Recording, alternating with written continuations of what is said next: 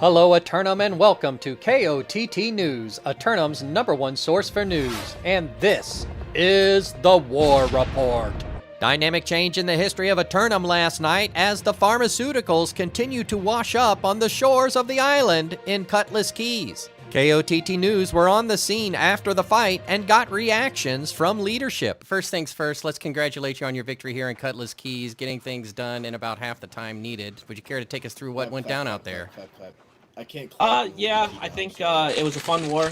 Really happy that, and honestly very impressed that the Dodgers were able to put together two rosters. That was actually a much stronger roster than we were expecting. We're a little bit upset that we had to do it this way. We planned this before Brightwood was even taken. Thankfully, we were still able to get a good war out of it, and I'm hoping for more good war content with the Dodgers. Indeed, I will have to get out to Brightwood here pretty soon to get reactions from there as well. But while I'm here thinking about it, was there anybody out on the battlefield who really stood out tonight? I just want to give a shout out to Galvanox, or Cactus June. He absolutely killed it on the B door and his comms today for the war. Matter of civic duty, can you give us an update on the status of Bo? Have you been able to get in contact him?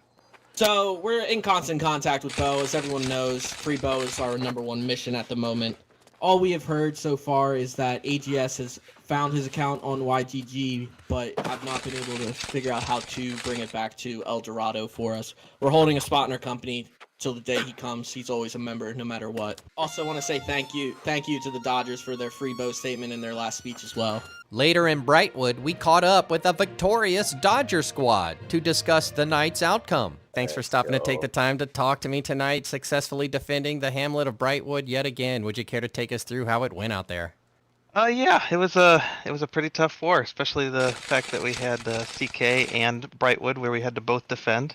Props though, we had 81 people online tonight, so best outing that we've ever seen. But yeah, it was a tough war. It was a tough opponent. Once they got into the fort, we kind of buckled down, nutted up, and we got it done. Diligent choke management can carry you through. Was there anybody out there who really stood out for you tonight? Perhaps one of your builders? Yes, we had two great builders, getting those gates up.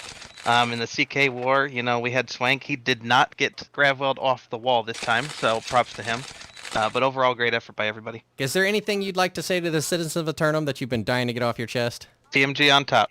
In other news, an unusual group of uniformed zealots proselytized to the masses in Corinth last night.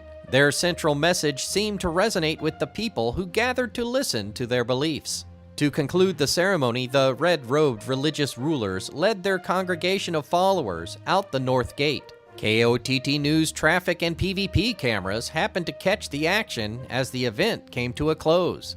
KOTT News will bring you more on this unusual public fight club as the story develops.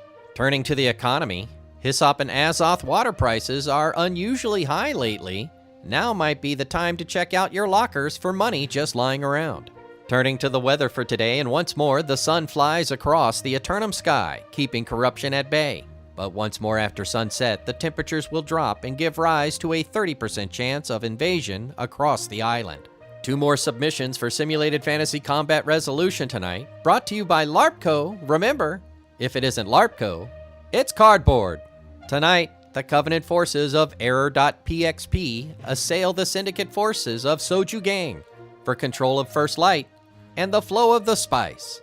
The newly anointed Great House of Error.pxp have validated their MAC address and verified they are, in fact, not bots. And now, they're not botting for First Light.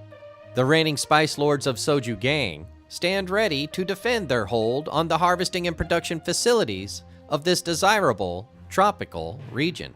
Meanwhile, the Marauders of Tokyo Manjik's gang attack the Syndicate members of JDB's Kitchen for control of the arid desert region of Brimstone Sands. The TMG on Top team has been blowing up public discord in the global forums of the island. They believe with all their heart that tonight is going to be the night.